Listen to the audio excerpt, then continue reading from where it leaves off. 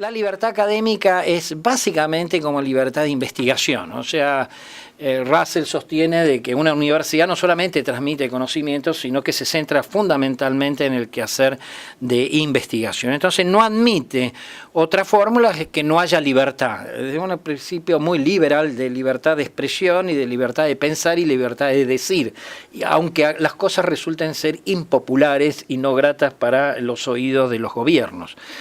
Y para él esto es fundamental. Entonces, esa libertad académica la defiende en una serie de principios, a los cuales ya se señaló, entre los cuales dicen los estados no están en capacidad de definir los contenidos de los planes de estudio, la duración de los estudios, los métodos de enseñanza, el calendario académico, la modalidad de exámenes, que en Inglaterra, a diferencia de casi todos los países del mundo, es un sistema por el cual los exámenes no necesariamente lo toman los profesores, sino terceros, digamos, no el que ha dictado la asignatura, y el tema de la inamovilidad de los docentes.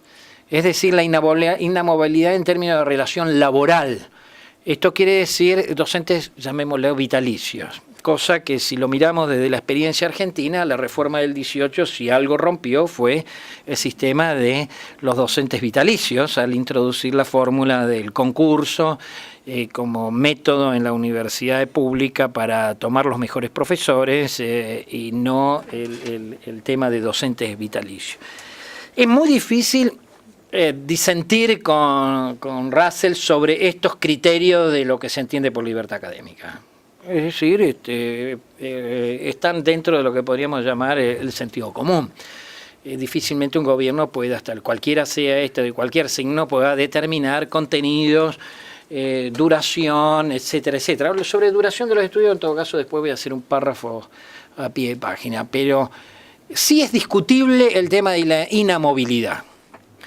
De hecho, la Universidad de von Humboldt de 1810, con la creación de la Universidad de Berlín, era una crítica de cómo eran las universidades alemanas de entonces y que el Estado debería garantizar la calidad, y la forma de garantizar la calidad era participando en la designación de los profesores.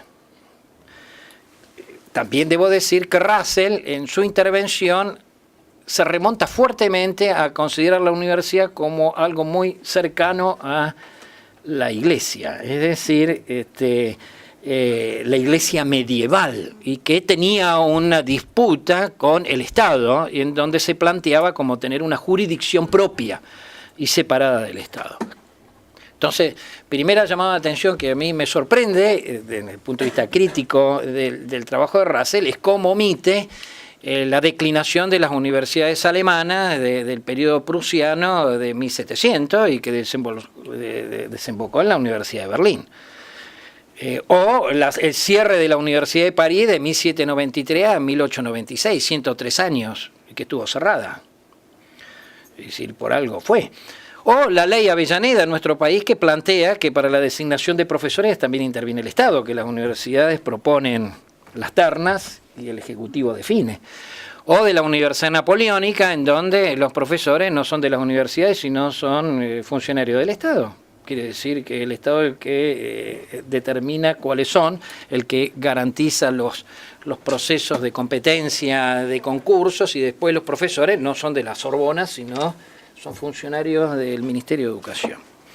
Entonces yo acá tengo una visión un poco diferente respecto de la inamovilidad. Es decir, quizá por recuerdos de la propia historia respecto a los docentes vitalicios pre-reforma del 18, o quizás en estas experiencias históricas como el caso alemán que se señalaba. Respecto a la distancia entre el Estado y la universidad, él acá comienza a tener una postura un poco ecléctica, en el sentido de que sí, el Estado podría intervenir en algunas cosas, y en todo caso después, creo que la primera parte que habla poco,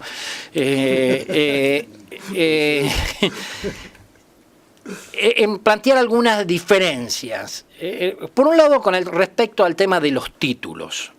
Y acá sí hay un problema.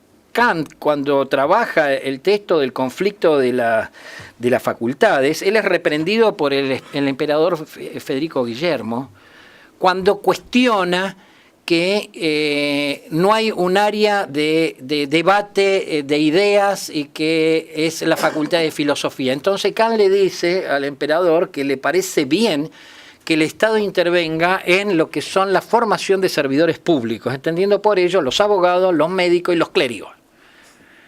Pero que en eso sí tenía que intervenir el Estado, pero no tenía que intervenir en la facultad de filosofía. En todo caso, discutía que no se podía llamar facultades superiores a la de teología, filosofía y derecho y inferior a la de filosofía. Entonces él decía que la de filosofía era tan superior como las otras. Pero ya en aquel entonces hay un debate acerca de que el Estado sí tiene que resguardar un interés general que tiene que ver con profesiones que están reguladas. Entonces, esto se puede hacer de dos maneras en lo que conocemos en la historia universitaria mundial. A la manera anglosajona, americana, en donde los títulos solamente acreditan una formación académica y para el ejercicio profesional hay que ir por otro lado a pedir autorización para ejercer en materia de derecho, de médico en los distintos estados, o sea, lo que se llama separación del título académico con el ejercicio de la profesión, en donde el Estado dice no hay problema, el título acredita una determinada formación académica, es un problema de cada institución en particular, pero el ejercicio profesional está regulado. Obviamente no se regula el ejercicio de la filosofía o como profesión. Del sistema napoleónico francés, que es el que nosotros abrevamos, es que el Estado es el que determina esto y que en el sistema napoleónico francés lo que hace es delegar en las universidades esta acreditación académica y el ejercicio profesional. Ahora bien, con el correr de los tiempos y la masividad, en la medida que hay una tensión entre masividad y calidad, los estados se interrogan a ver si los que se están formando con estos títulos que atañen, llamémosle, a un interés público comprometido, como puede ser la salud o la seguridad o cuestiones de derecho, etcétera, entonces si el Estado no debe intervenir. Eso es lo que ha ocurrido en los últimos 20 años con la aparición de los mecanismos de acreditación de la calidad. Entonces, Russell dice, está bien que el Estado intervenga ahí, pero lo tiene que hacer a través de intermediarios o delegados.